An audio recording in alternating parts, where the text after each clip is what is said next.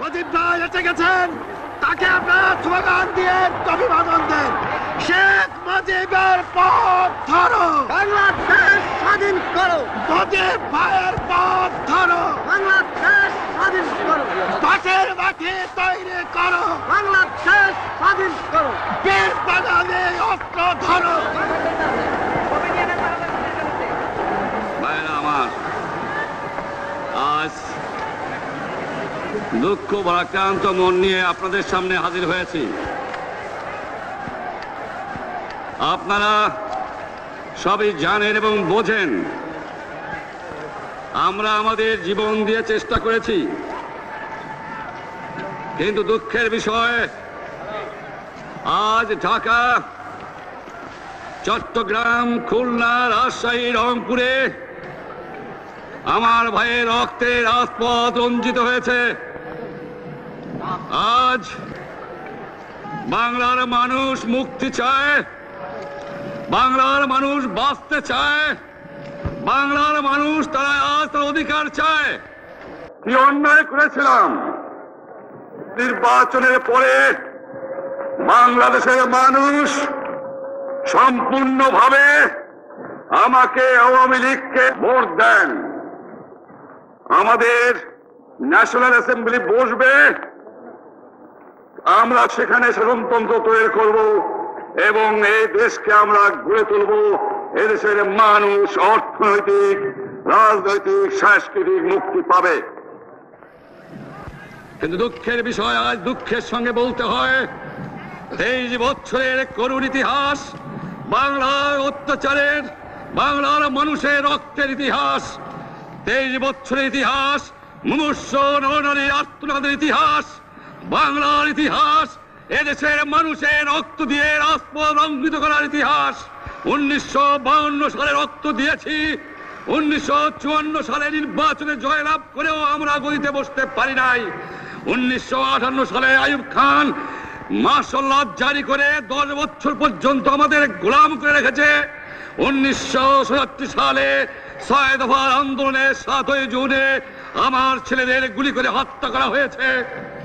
1969 সালে আন্দোলনে আইয়ুব খানের পতন হওয়ার পরে যখন ইয়াহিয়া খান সাহেব সরকার নিলেন, তিনি বললেন দেশে শাসনতন্ত্র দেবেন, গণতন্ত্র দেবেন, আমরা মেনে নিলাম।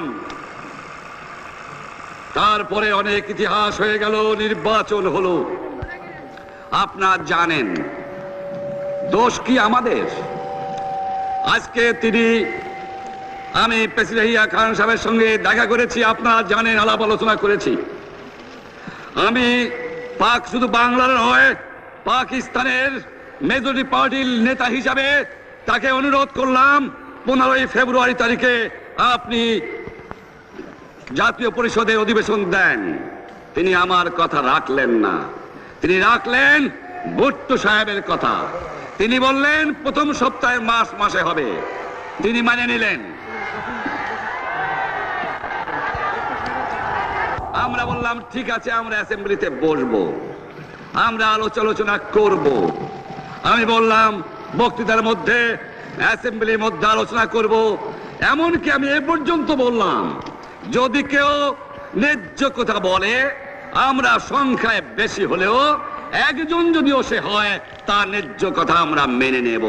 যারা ভুট্টো সাহেব এখানে এসেছিলেন, আলোচনা করলেন, বলে গেলেন যে আলোচনার দরজা বন্ধ না, আরো আলোচনা হবে। তারপরে অন্য নেতৃত্বের সঙ্গে আলাপ করলাম, আপনারা আসুন বসি, আমরা আলাপ করে শাসনতন্ত্র তৈরি করি। তিনি বললেন পশ্চিম পাকিস্তানের মেম্বাররা যদি এখানে আসে তাহলে কসাইখানা হবে অ্যাসেম্বলি। তিনি বললেন যে যাবে তাকে মেরে ফেলে দেওয়া হবে। যদি কেউ অ্যাসেম্বলিতে আসে তাহলে পেশোয়ার থেকে করাচি পর্যন্ত দোকান জোর করে বন্ধ করা হবে, তারপরেও যদি কেউ আসে তাকে সন্ন্যাসার করা হবে। আমি বললাম অ্যাসেম্বলি চলবে। তারপরে হঠাৎ 1 তারিখে অ্যাসেম্বলি বন্ধ করে দেওয়া হলো। ইয়াহিয়া খান সাহেব প্রেসিডেন্ট হিসাবে অ্যাসেম্বলি ডেকেছিলেন, আমি বললাম যে আমি যাব। ভুট্টো সাহেব বললেন তিনি যাবেন না। 35 জন সদস্য পশ্চিম পাকিস্তানের থেকে এখানে আসলেন। তারপরে হঠাৎ বন্ধ করে দেওয়া হলো, দোষ দেওয়া হলো বাংলার মানুষকে, দোষ দেওয়া হলো আমাকে। বন্ধুকে দেওয়ার পরে দেশের মানুষ প্রতিবাদ মুখর হয়ে আসলো। আমি বললাম শান্তিপূর্ণভাবে আপনারা হরতাল পালন করেন। আমি বললাম আপনারা কল কারখানা সবকিছু বন্ধ করে দেন। জনগণ সাড়া দিল, আপন ইচ্ছায় জনগণ রাস্তায় বেরিয়ে পড়ল। তারা শান্তিপূর্ণভাবে সংগ্রাম চালিয়ে যাওয়ার জন্য স্থির প্রতিজ্ঞাবদ্ধ হলো। কি পেলাম আমরা? আমার পয়সা দিয়ে অস্ত্র কিনেছি বহিঃশত্রু আক্রমণ থেকে দেশকে রক্ষা করার জন্য। আজ সেই অস্ত্র ব্যবহার হচ্ছে আমার দেশের গরিব দুঃখিনী অস্ত্র মানুষের বিরুদ্ধে। তার বুকের উপরে হচ্ছে গুলি। আমরা পাকিস্তানের সংখ্যাগুরু, আমরা বাঙালিরা যখনই ক্ষমতায় যাওয়ার চেষ্টা করেছি, যখনই এদেশের মালিক হবার চেষ্টা করেছি, তখনই তারা আমাদের উপর ঝাঁপিয়ে পড়েছেন। তারা আমাদের ভাই। আমি বলেছি তাদের কাছে এই কথা যে আপনারা কেন আপনার ভাইয়ের বুকে গুলি মারবেন? আপনাদের রাখা হয়েছে যদি বহিঃশত্রু আক্রমণ করে তার থেকে দেশকে রক্ষা করার জন্য। তারপরে উনি বললেন যে আমার নামে বলেছেন, আমি নাকি বলে স্বীকার করেছি যে 10 তারিখে রাউন্ড টেবল কনফারেন্স হবে। আমি উনাকে একথা বলে দেবার চাই, আমি তাকে তা বলি নাই। টেলিফোনে আমার সঙ্গে তার কথা হয়। তাকে আমি বলেছিলাম, জনাব ইয়াহিয়া খান সাহেব, আপনি পাকিস্তানের প্রেসিডেন্ট, দেখে যান, ঢাকায় আসেন কিভাবে আমার গরিবের উপরে, আমার বাংলার মানুষের বুকের উপরে গুলি করা হয়েছে, কি করে আমার মায়ের কোল খালি করা হয়েছে, কি করে মানুষকে হত্যা করা হয়েছে। আপনি আসুন, দেখুন, বিচার করুন, তারপরে আপনি ঠিক করুন। আমি এই কথা বলেছিলাম। আমি তো অনেক আগে বলেছি কিসের আসতেছি, তার সঙ্গে বসবো, যারা আমার মানুষের বুকে রক্ত নিয়েছে তাদের সঙ্গে বসবো। আমার সঙ্গে পরামর্শ না করে বা আমাদের সঙ্গে আলোচনা না করে 5 ঘন্টা গোপনে বৈঠক করে যে বক্তৃতা তিনি করেছেন এবং যে বক্তৃতা করে অ্যাসেম্বলি করেছেন, সমস্ত দোষ তিনি আমার উপরে দিয়েছেন, বাংলার মানুষের উপরে দিয়েছেন। আমি পরিষ্কার মিটিংয়ে বলেছি যে এবারের সংগ্রাম আমার মুক্তির সংগ্রাম, এবারের সংগ্রাম স্বাধীনতার সংগ্রাম। আমার 25 তারিখে অ্যাসেম্বলি কল করেছে, রক্তের দাগ শুকায় নাই। আমি 10 তারিখে বলে দিয়েছি যে ওই শহীদের রক্তের উপর দিয়ে পাড়া দিয়ে আরটিসিতে মুজিবুর রহমান যোগদান করতে পারে না। অ্যাসেম্বলি কল করেছেন, আমার দাবি মানতে হবে। প্রথম, সামরিক আইন মার্শাল ল উড্র করতে হবে। সমস্ত সামরিক বাহিনীর লোকদের ব্যারাকে ফেরত দিতে হবে। যেভাবে হত্যা করা হয়েছে তার তদন্ত করতে হবে। আর জনগণের প্রতিনিধির কাছে ক্ষমতা হস্তান্তর করতে হবে। তারপরে বিবেচনা করে দেখব আমরা অ্যাসেম্বলিতে বসতে পারবো কি পারবো না। এর পূর্বে অ্যাসেম্বলিতে বসার, আমরা অ্যাসেম্বলিতে বসতে আমরা পারি না। জনগণ সে অধিকার আমাকে দেয় নাই। ভাইয়েরা আমার, তোমরা আমার উপর বিশ্বাস আছে? আমি প্রধানমন্ত্রিত্ব চাই না, আমরা দেশের মানুষের অধিকার চাই। আমি পরিষ্কার অক্ষরে বলে দেবার চাই যে আজ থেকে এই বাংলাদেশে কোর্ট কাছারি, আদালত, ফৌজদারি, শিক্ষা প্রতিষ্ঠান অনির্দিষ্টকালের জন্য বন্ধ থাকবে। গরিবের যাতে কষ্ট না হয়, যাতে আমার মানুষ কষ্ট না করে, সেই জন্য সমস্ত অন্যান্য জিনিসগুলো আছে সেগুলোর হরতাল কাল থেকে চলবে না। রিক্সা ঘোড়াগাড়ি চলবে, রেল চলবে, লঞ্চ চলবে। শুধু সেক্রেটারিয়েট, সুপ্রিম কোর্ট, হাইকোর্ট, জজ কোর্ট, সেমি গভর্নমেন্ট দপ্তরগুলো ওয়াবদা, কোনো কিছু চলবে না। 28 তারিখে কর্মচারীরা যে বেতন নিয়ে আসবেন, এরপরে যদি বেতন দেওয়া না হয়, আর যদি একটা গুলি চলে, আর যদি আমার লোকের উপর হত্যা করা হয়, তোমাদের উপর কাছে আমার অনুরোধ রইল, প্রত্যেক ঘরে ঘরে দুর্গ গড়ে তোলো। তোমাদের যা কিছু আছে তাই নিয়ে শত্রুর মোকাবেলা করতে হবে,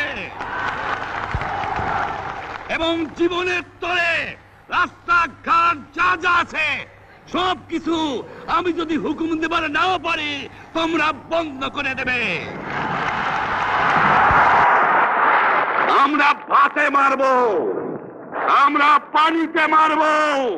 তোমরা আমার ভাই, তোমরা বাড়াকে থাকো, কেউ তোমাদের কিছু বলবে না, কিন্তু আর আমার বুকের উপর গুলি চালাবার চেষ্টা করো না, ভালো হবে না। 7 কোটি মানুষকে তাবায় রাখতে পারবো না। আমরা যখন মরতে শিখেছি তখন কেউ আমাদের দবাতে পারবে না। আর যে সমস্ত লোক শহীদ হয়েছে, আঘাতপ্রাপ্ত হয়েছে, আমরা আওয়ামী লীগের থেকে যতদূর পারি তাদের সাহায্য করতে চেষ্টা করব।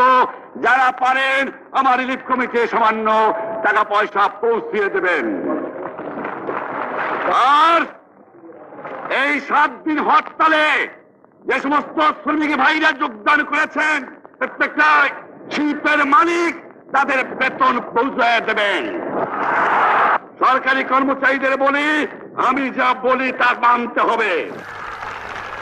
যে পর্যন্ত আমার এই দেশের মুক্তি না হবে, খাজনা ট্যাক্স বন্ধ করে দেওয়া হলো, কেউ দেবে না। শোনেন, মনে রাখবেন, শত্রু বাহিনী ঢুকেছে, নিজেদের মধ্যে আত্মকলহ সৃষ্টি করবে, লুটতরাজ করবে। এই বাংলায় হিন্দু মুসলমান, বাঙালি নন বাঙালি যারা আছে তারা আমাদের ভাই, তাদের রক্ষার দায়িত্ব আপনাদের উপরে, আমাদের জন্য বদনাম না হয়। মনে রাখবেন, রেডিও টেলিভিশনের কর্মচারীরা যদি রেডিওতে আমাদের কথা না শোনে, তাহলে কোন বাঙালি রেডিও স্টেশনে যাবেন না। যদি টেলিভিশন আমাদের নিউজ না দেয়, কোন বাঙালি টেলিভিশনে যাবেন না। 2 ঘন্টা ব্যাংক খোলা থাকবে, যাতে মানুষ তাদের মায়নাপত্র নেবার পারে, কিন্তু পূর্ব বাংলার থেকে পশ্চিম পাকিস্তানে 1 পয়সা চালান হতে পারবে না। টেলিফোন টেলিগ্রাম আমাদের এই পূর্ব বাংলায় চলবে, এবং বিদেশের সঙ্গে নিউজ পাঠালে আপনারা চালাবেন, কিন্তু যদি এই দেশের মানুষকে খতম করার চেষ্টা করা হয়, বাঙালিরা বুঝে শুনে কাজ করবেন। তবে অনুরোধ করছি, আপনারা আমাদের ভাই, আপনারা দেশকে একেবারে জাহান্নামে ধ্বংস করে দিয়েন না। জীবনে আর কোনোদিন আপনাদের মুখ দেখা দেখি হবে না। যদিও আমরা শান্তিপূর্ণভাবে আমাদের ফয়সালা করতে পারি, তাহলে অন্তপক্ষে ভাই ভাই হিসেবে বাস করার সম্ভাবনা আছে। সেই জন্য আপনাদের অনুরোধ করছি, আমার এই দেশে আপনারা মিলিটারি শাসন চালাবার চেষ্টা আর করবেন না। দ্বিতীয় কথা, প্রত্যেক গ্রামে, প্রত্যেক মহল্লায়, প্রত্যেক ইউনিয়নে, প্রত্যেক সাব ডিভিশনে আওয়ামী লীগের নেতৃত্বে সংগ্রাম পরিষদ গড়ে তোলো, এবং তোমাদের যা কিছু আছে তাই নিয়ে প্রস্তুত থাকো। মনে রাখবা, রক্ত যখন দিয়েছি, রক্ত আরো দেব, এই দেশের মানুষকে মুক্ত করে ছাড়বো ইনশাআল্লাহ। এবারে সংগ্রাম আমাদের মুক্তির সংগ্রাম, এবারে সংগ্রাম স্বাধীনতার সংগ্রাম। জয় বাংলা।